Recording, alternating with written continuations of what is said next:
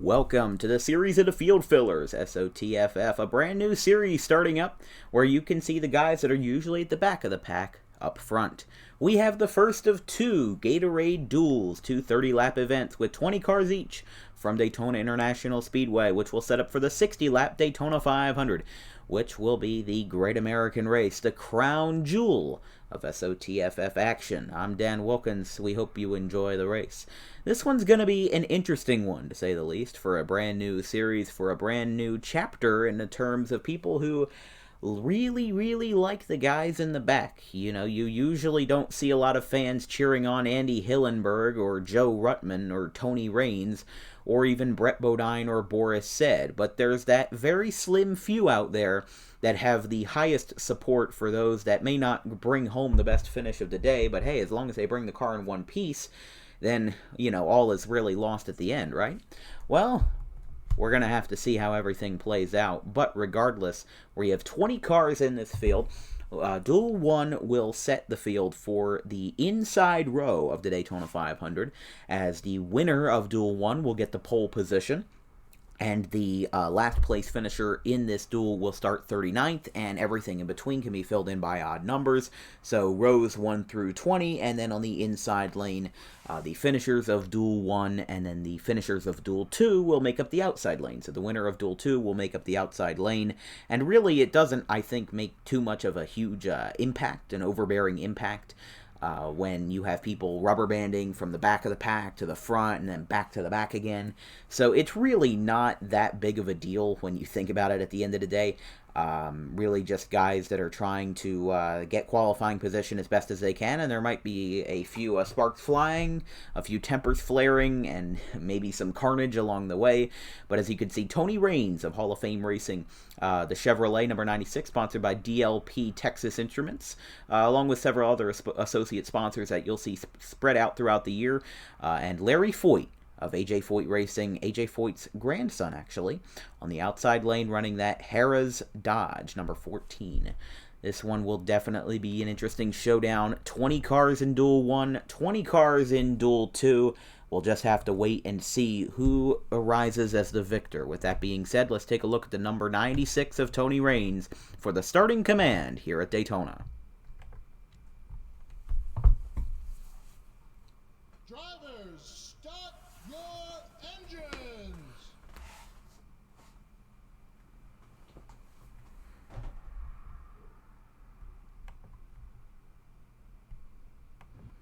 A bit of a quiet command, eh? I don't know what was going on there. The cars were quieter than a mouse on Christmas Eve. Definitely an interesting one indeed. Let's take a look at the starting lineup for the first Gatorade Duel.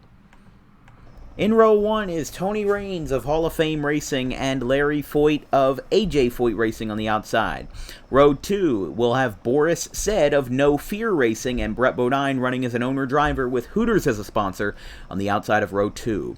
Row 3 is James Finch's own Phoenix Racing and Johnny Benson Jr., sponsored by the Miccosukee Tribe of Indians of Florida. And on the outside is Peak Fitness Racing's number 66, Jimmy Spencer. Row 4 consists of the number 94, the second of 3 entries for Stanton Barrett Motorsports, Kenny Wallace, and then the number 37 of Rodney Sawyers for R&J Racing. Row 5 is Jason Hedleski for Junie Donlavey and Derek Cope for Arnold Motorsports. In row 6 is Morgan McClure's entry, the sole Pontiac in the field, the number 04 of David Ruderman, and Chad Little of Base Motorsports on the outside. Row 7 will consist of Chad Chaffin in the 34 for Front Row Motorsports, and Andy Hillenburg of Stan Hover Motorsports on the outside. Row 8 is Larry Gunselman of Ware Racing, not Ware Enterprises or Rick Ware Racing, just Ware Racing. And then on the outside is Kirk Shelmerdine for his own team. Row 9 is Ryan McGlynn of McGlynn Long Racing. And then on the inside is Kirk Shelmerdine's second entry, Tom Hubert. And in the last row, Carl Long of his own team as an owner-driver, Carl Long Racing. And then Brandon Witt of CLR Racing, partially owned by one of the Bodines as well, or formerly driven by Jeffrey Bodine. He lines up in 19th. 20 cars in the grid. This one's going to be an interesting one. Tony Raines and Larry Foyt on the front row. We are green from Daytona.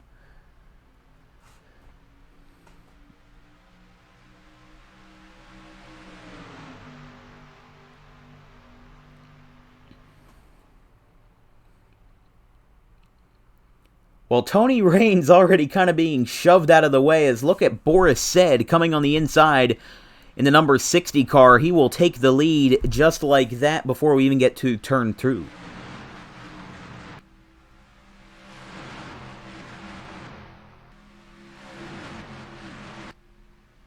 Boris Said goes high, Benson goes low, and Wallace holds with him to create a little 2-car tandem, with Junie Donlevy's number 90, driven by Jason Hedleski, getting into the picture as well.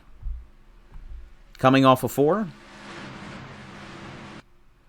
Going into the tri-oval, Johnny Sauter, or rather Johnny Benson Jr., excuse me, will lead lap 1. I don't know why I said Sauter there, but hey. Got ourselves a good battle, though, as Benson going down low. I just realized why I said Sauter. It says Sauter on the entry list, but it is Johnny Benson Jr. in the number 09. He's running a full season with James Finch's Phoenix Racing. In the real world, you might know James Finch and Phoenix Racing for their lone Cup win in 2009 at Talladega, which kind of came in quite unfortunate circumstances, as it was the result of Brad Keselowski winning as a rookie driver in his first career Cup win, and also resulted in Carl Edwards flying into the catch fence and Ryan Newman's car getting destroyed because of that. Benson holding the lead, though. For James Finch, though, this was kind of before all of that, and even through 2009, the Miccosukee Tribe of Indians of Florida held their sponsorship, and they even held that sponsorship throughout almost all of the 2004 season, and most of the time that Phoenix Racing was even an entity in Gen 4 racing. It was pretty obvious that, you know, even though they were a Floridian-based organization of Native Americans at heart, really for Benson and Finch and everybody involved at Phoenix Racing, it didn't really matter because they were, you know, paying a lot of the bills. They were really making that sponsorship worth it for a full season. And for Benson, I don't know why I keep saying Benson, but for Phoenix Racing, it really was a big help for them. Because at the end of the day, I mean, Miccosukee is more of a, I don't know if you want to call it gambling or if you just want to call it gaming. It's a series of casinos, and, you know, they were making a lot of money because guess what? Casinos make a lot of money. I mean, that's inherently true. But right now, after leading the first couple of laps without incident, Benson has made his way into the top side, kind of relegating his position behind the number 90 of Hedleski and the number 96 of Rains. Although that could create some trouble, as now he's going to go to his own lane without really any draft help, kind of wedged in between Bodine and Foyt. As side by side for the lead, look who's got this one. It's Wallace. Oh, that's so close. Wallace led at the line by less than 1/100th of a second. That was very close. And now Wallace will have the number 66 of Spencer in tow. And Said will get some help from the number 37 of Rodney Sawyers. But now, Wallace and Said joining up. You're on board with the number 66 of Jimmy Spencer.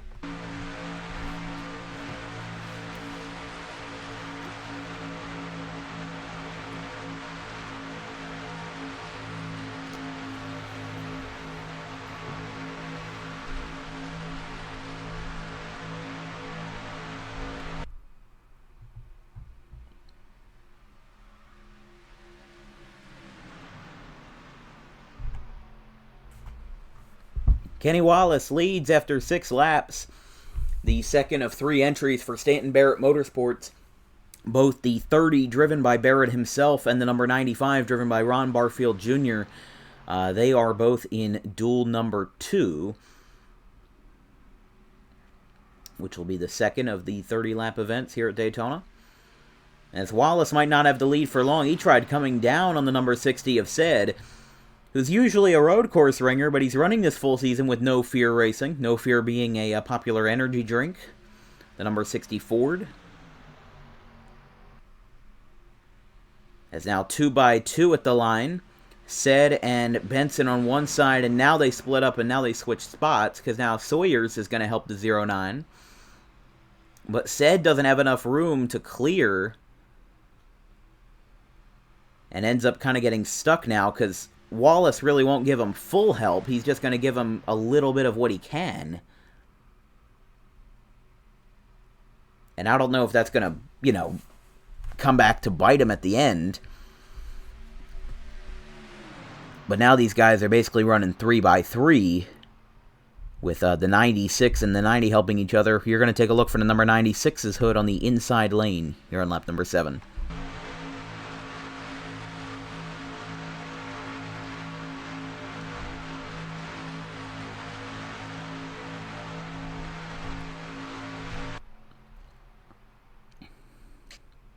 Three by three, or rather now turning into 2x2 with that 1-3 wide lane with Hedleski, Foyt, and Spencer, although Spencer is now kind of fading away outside of the relevance of everything in the pure scope, but we'll see what happens, because right now it's still early. A lot of things can change, but look at the 90 of Hedleski getting jammed up there. They're 4 wide in the corner. This one might be trouble. They've now reduced it to 3 wide as Foyt backed off. Man, they are 3 wide. This one might be close at the line. Oh, it's Boris Said who gets it. And Rodney Sawyer's in number 37 Dodge for R&J Racing. He is squashed right in the middle of all that. And now Said going from the high lane to the middle lane. He might try to even block the 09 by the time he gets halfway down the back. Although now he's going to the high side. Because remember, with him being in the lead, he kind of has room to work with, but at the same time he doesn't. He can't get too far of a lead out, or the guys that actually are drafting are going to slowly creep up on him and be able to make those passes and eventually take the lead away. But that's never guaranteed, as I think Tony Raines got a little loose off of turn 4 there. He was basically almost sideways, as the top 3 is the 60, the 09, and the 96. Said, Sauter, and Raines. I keep saying Sauter, Benson. Then Sawyer's in 4th, and it looks like maybe Brett Bodine in 5th. Derek Cope and Kenny Wallace up in the pack as well. Here comes Sauter, maybe trying to make a pass on the 09.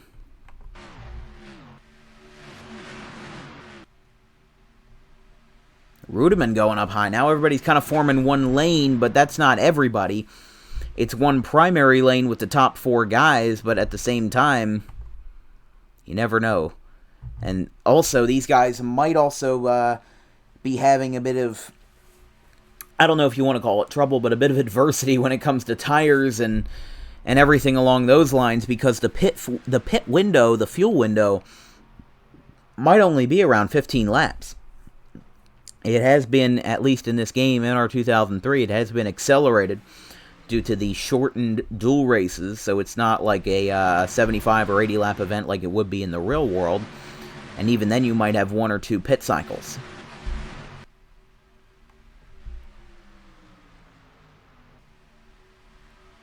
Now everybody's going low except for the 11 of Bodine, who really gets stuck up high. Wallace is going to fill the spot, fill the gap. Everybody's really left Brett Bodine out to dry, except for, nope, everybody's going back down low again. Bodine going from 5th to 6th, and now going to be losing even more positions on this next lap. I mean, he was in the top 4, top 5, maybe even top 3 at one point, and now he's basically running in 9th. Because there's Chad Little right behind him with Hedleski in tow. A few 2-car tandems out here. But Boris Said still holding his own. I mean, I can't blame him. He's having a good ride. He's having a good time. Let's look at the 09 and the 94 up top there. I really thought that the 94 was about to hook the 09 and send him swirling into the middle of the pack. But with only 20 cars, there's only so much it can really create. It's not like it's there's only so much action that you can really hone in on in this 30-lap duel. Because, you take a look back at the 2007 Daytona 500, one of the greatest in terms of not only the finish, not only the entire speed weeks, but the fact that it had 61 entries. And some of those entries that you see here were running in the 2007 Daytona 500. The 60 car, for example, Boris Said, the 96, Tony Raines. I don't know exactly if Phoenix Racing was involved in that, but still, you had a lot of guys from this era who were running around that time. The 34 of Chad Chaffin for Front Row Motorsports. Taking a look back at the field, I know that Kirk Shelmerdine was involved in the 2007 Daytona 500, and maybe not his second entry to number 72 of Tom Hubert, which is pretty well running off the pace. There's Carl Long. I'm pretty sure he had something to do with that. The 46 car, his own team that he owns and drives. And I would like to correct myself. The 00 of Ryan McGlynn is a part of Carl Long Racing. He is in that foray of cars that will be joining the number 46, probably at the back of the pack. I mean, he's in 18th right now. That would put him, I believe, 35th on the Daytona 500 starting grid, if that position holds. As look at this, a lead change. The number 60,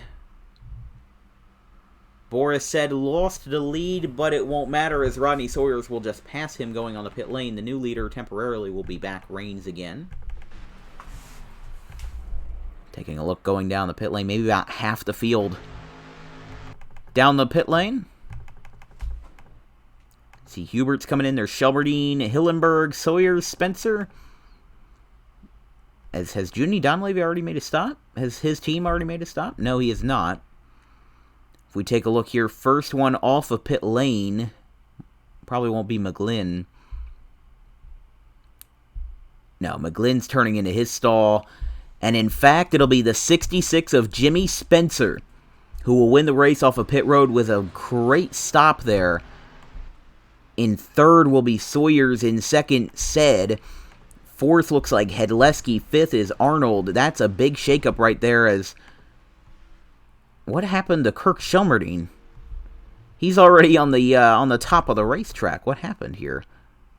Oh, this happened. Okay, so Shelmerdine's leaving his pit stall, and something's obviously wrong because he drives straight across the grass, completely ignoring the pit lane. I don't know how I didn't see this, but Shelmerdine says, you know what, I'm done with your rules. I'm just going to re-enter the track myself. So, Kirk Shelmerdine back out there. As now the second round of cars leaving the pit lane, and I think that David Rudiman won that race off of pit lane. We're going to take a look again, because now there's so much chaos with mid-race pit stops. I think Rudiman did win the race off of pit road. Let's see. Okay, no he didn't. Rudiman just ended up passing him, but this will be interesting to see how everything lines up in terms of positioning. As Kirk Shelmerdine is back at it again, I think, did he have to serve a black flag? I don't know. That is weird. I think something might be glitched out with the number 27 car. He is, first of all, well off the pace. Now he's going to be several laps down because of what I would presume to be several black flags. I think David Rudiman's going to take the lead in the number 04 Pontiac for Morgan McClure Motorsports, and that will be the case. Your new leader, David Rudiman. Although now, as soon as I say that, we cut back to the action. Boom, there's Kenny Wallace right there, being pushed by Sawyers and Jimmy Spencer. As now we're spinning on the backstretch. One car around, it's Said and Rudiman. Caution will come out. That's going to bring out the caution, I'm pretty sure. No, we're staying green. Oh my goodness, are you kidding me? We're staying green.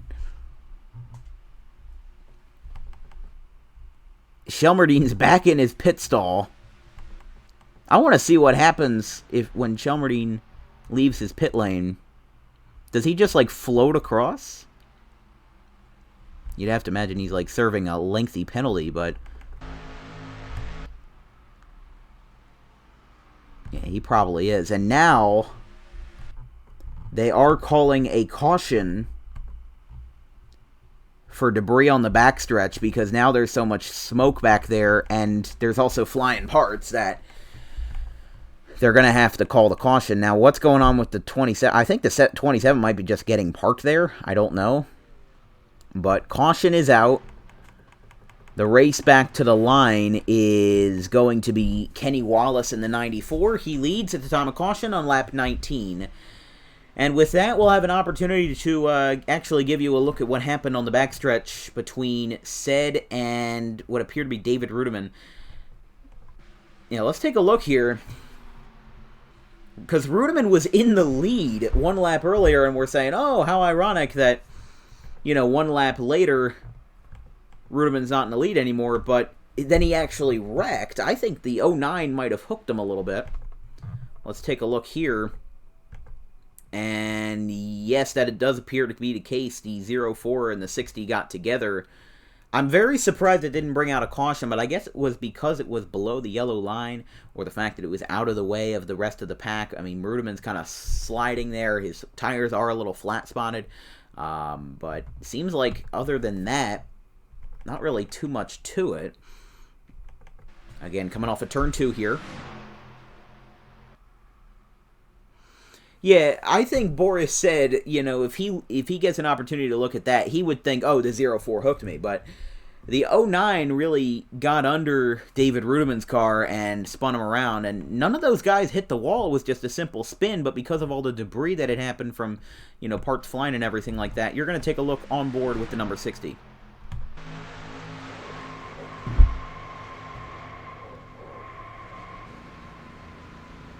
And he just kind of spins around like he's in rallycross or something, and he just really goes with it. And keeps going. Yeah, he lost some positions, and of course the caution wouldn't be thrown for another lap or so, but yeah, he just comes down, and that's what happens. We're going to take a look at one more camera angle while we're at it, the 09 of Johnny Benson. Johnny Benson Jr. for James Finch's Phoenix Racing. Let's take a look.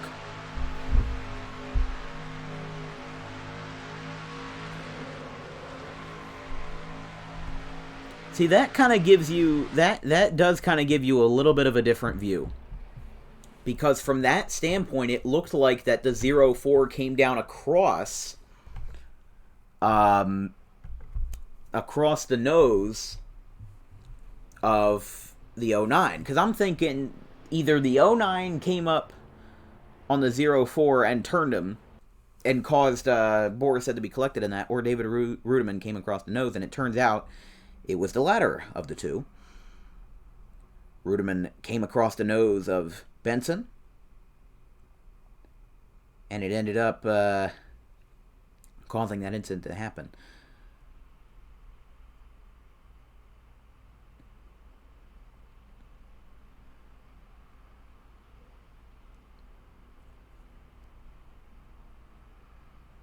Caution is out, though, with 11 laps to go from the first Daytona Duel. Green-white checkers are turned on and available if needed. If needed, it should be known that they will only be used if necessary. The race will obviously go 30 laps if not needed, but honestly, with these guys lining up double file on the next restart, you never know what could happen. With Kenny Wallace being in the lead, Tony Raines might want to have a bit of an incentive to win from the pole. And with both Boris Said and David Rudiman back in the race, maybe they'll get a little redemption for when they got turned just a few laps ago. So we'll wait for the Pontiac Trans Am to see if he turns off his lights. And in fact, he does not, so we will have another race lap under caution. We'll be going to under 10 to go, as Kirk Shelmerdine was held 5 laps by the series of the field fillers officials. He got held 5 laps for reckless driving, and that applied under caution too. It doesn't show on the top of your screen, but on mine it shows his last lap with 5 minutes and 30 seconds. So he was being held for that reason. So he will, that's probably why we're still under caution, because he was still on pit lane and they were waiting for that accident and that situation to blow over. But Kirk Shelmerdine in dead last, because he's guaranteed to qualify for the race, he'll just be scored in 39th from we get underway. And he'll have to slow down as we'll get back to the front of the field. But for Kirk Shelmerdine, obviously not a very impressive run, as he'll, again, have to get slowed down. I mean, he's really only been running, he's barely been running excess of 180 miles per hour, so he's not really that fast. But hey, everybody deserves an equal shot, right? You know, this is the series of the field fillers. So why not, you know? And they are lined up single file now, but on the last lap, maybe in like turns 3 or 4, they will line up in double file restarts for when we go back under green. They just will run single file under caution so that it's not extremely complicated and nobody gets heated and turns another person under yellow. It's just, you know, it's kind of how it is. We'll see once again if the pace car turns on its lights, or rather turns off its lights to show we'll be going green next time by, and in fact, he will. So we will go green next time by. I really do think that whole Kirk Shelmerdine thing was why he ended up, or we ended up staying under caution for as long as we did. Kirk Shelmerdine, though, maybe it wasn't 5 laps. It might have just been a 5-minute penalty. I don't know. I mean, his last lap, after all, was 5 minutes and 30 seconds. Maybe it wasn't that. Maybe it was. I don't know. But obviously, he was able to leave the pits just fine, and we're going to be back underway on lap 23 out of 30 with, I believe it's 6 or 7 laps to go. Not very long. But before we go green, in first place is Stanton Barrett's own Kenny Wallace. In second place is R&J Racing's Rodney Sawyers. In third is Tony Raines. In fourth, Jimmy Spencer, who won the race off of pit road during green flag stops. Forgot to get off the helicopter camera there. In fifth is Johnny Benson. Sixth, Larry Foyt. Seventh, Brett Bodine. Eighth, Jason Hedleski. Ninth, Derek Cope. 10th, Chad Little for Base Motorsports. 11th, Andy Hillenburg. 12th, Boris Said. Chad Chaffin in 13th, Larry Gunselman in 14th, David Rudiman, who led a few laps earlier, he was in 15th. As you can see, these guys are getting into their formations now to go back green. Tom Hubert in 16th, and Ryan McGlynn in 17th, Brandon Witt in 18th, and rounding up the rear is Carl Long and Kirk Shelmerdine. It is ironic to me that two of the owner drivers are in the back row, and their second entries are in front of them. 72 of Tom Hubert and the 00 of Ryan McGlynn. So this will be interesting, though, with all 20 cars out there. Not everyone's on the lead lap. I believe Kirk Shelmerdine is the only car that is not on the lead lap, and that is correct. He is 3 laps down. So here we go, lap 23 out of 30. We'll be going back green again from Daytona International Speedway. We're back underway.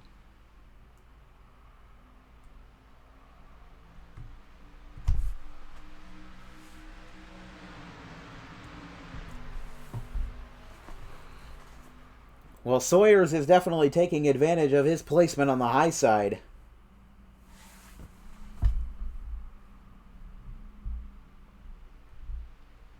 Although he's not going to keep that spot for long, as Johnny Benson going into second place. Brett Bodine right behind him.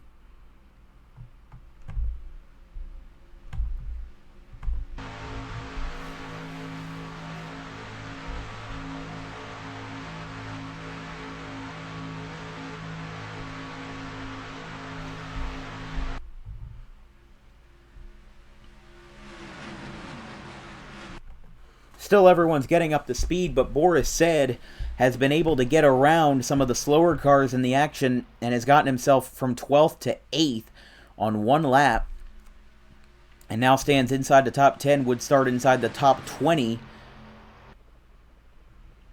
assuming anything doesn't go haywire, as now it's a 2-car tandem out front. Look at this. It's Benson and Wallace, but they break off that tandem. But I don't think the 94 can clear the 09. Maybe he can. No, he's not. He's not even going to try to, because Benson's going to be right on his tail. And in fact, he's going to take the lead in the Mikasuki Dodge.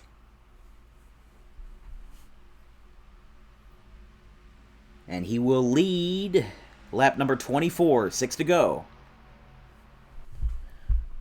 Laps winding down here at Daytona. So you can see at least Kirk Shelmerdine's holding up with the back of the back cars. Holding on with Long and Brandon Witt there. And now Boris said he is a man on a mission. Just 2 laps ago when we went back under green, he was 12th. Now he's in 5th place, and in fact, he might even be taking the lead because he's in 3rd. The 94 and the 09 are on the top side, and Larry Foyt's going to try to come out from under him, but he does not. And in fact, David Rudiman is back into the picture, who restarted 15th. Now he's in 12th, and in fact, that might even improve after this lap. We'll see where he stands with 5 to go. Yeah, in fact, he will be 9th, so he's into the top 10 now, and Boris said is back to the lead. He's really been the dominant car of the day, leading most of the intermittent laps. Not the beginning, not the end, but now he's no longer in the lead. Now he's stuck on the top side. Larry Foyt, your new leader.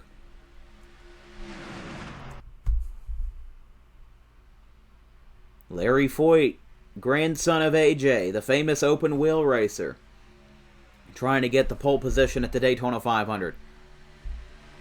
Here he goes down low. Derek Cope almost led up a lane to the number 74, the Chevrolet from Base Motorsports. That'll be Chad Little. As the laps are winding down, this is going to get pretty intense. Everybody's 3x3 except for the top 3 or so. And of course, those that are rounding up the rear. Here we go. He's not even going to be able to go to the low side. Foyt's unable to be cleared, and Johnny Benson is back into the lead with Kenny Wallace right behind. Are they 3 wide? I'm pretty sure, yeah. Wallace is trying to get down on the inside. He's trying to take the lead away. Again, just like it was a few laps before, 3 men all by themselves out there. Foyt on the high side, kind of losing some ground, losing some traction. And now David Rudiman back up in the 4th. But Kenny Wallace will lead with 3 laps to go from Daytona in the first of 2 Gatorade duels. Now to the bottom, it's Sauter. Again, Benson. Gotta fill me in on this. Now Rudiman into the top 3 with the number 04 Pontiac.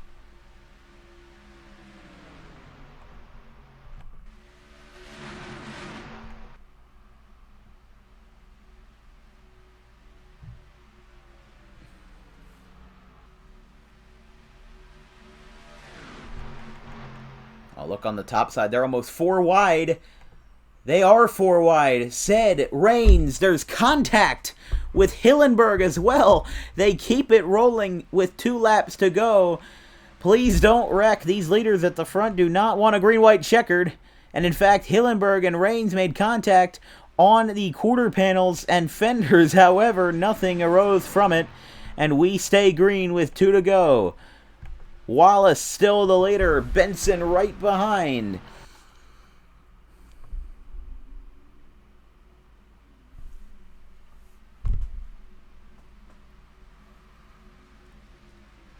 I think this is going to be an exact case of these drivers waiting until the last second to make a move. And by the last second, we might mean last turn, last lap. Basically, everybody's in single file. White flag, 1 more lap to go for Stanton Barrett Motorsports and Kenny Wallace. Looking for the first ever series at a field fillers win. Of course, it's a non-points paying qualifying race. It's the Gatorade duels, but it doesn't matter. A win is a win, no matter how you slice it. And points or not. Everybody's single file. Benson might want to make a move soon if he's going to at all. Will he make a move? Right now, no. Everybody's staying content. Again, waiting until the last second, maybe last lap, last turn. Maybe right here. Will he? He will not. He will stay content with a 3rd place start in the Daytona 500. Kenny Wallace wins duel number 1. Not as exciting of a finish as it appeared. But if anything... still had a little bit of charm to it. Just, a little shame that the top 5 ended up being one single train to end the race. Top 5 at the end of the day, Kenny Wallace, who will start 1st. Johnny Benson, who will start 3rd. Larry Foyt, who will start 5th. In 7th place will be Brett Bodine, and in 9th place, rounding out the top 5, will be Rodney Sawyers. After that, it's Rains, Ruderman, Said, Spencer, Hedleski. In fact, Hillenburg got 10th. He'll start 19th, the Daytona 500. And it looks like Carl Long will be the one who gets last. Although, no, Kirk Shelmerdine. Yep. Kirk Shelmerdine 3 laps down. Oh, boy. Well, it'll be fun when the Daytona 500 comes around. Until next time, we'll see you in duel number 2 from Daytona after this.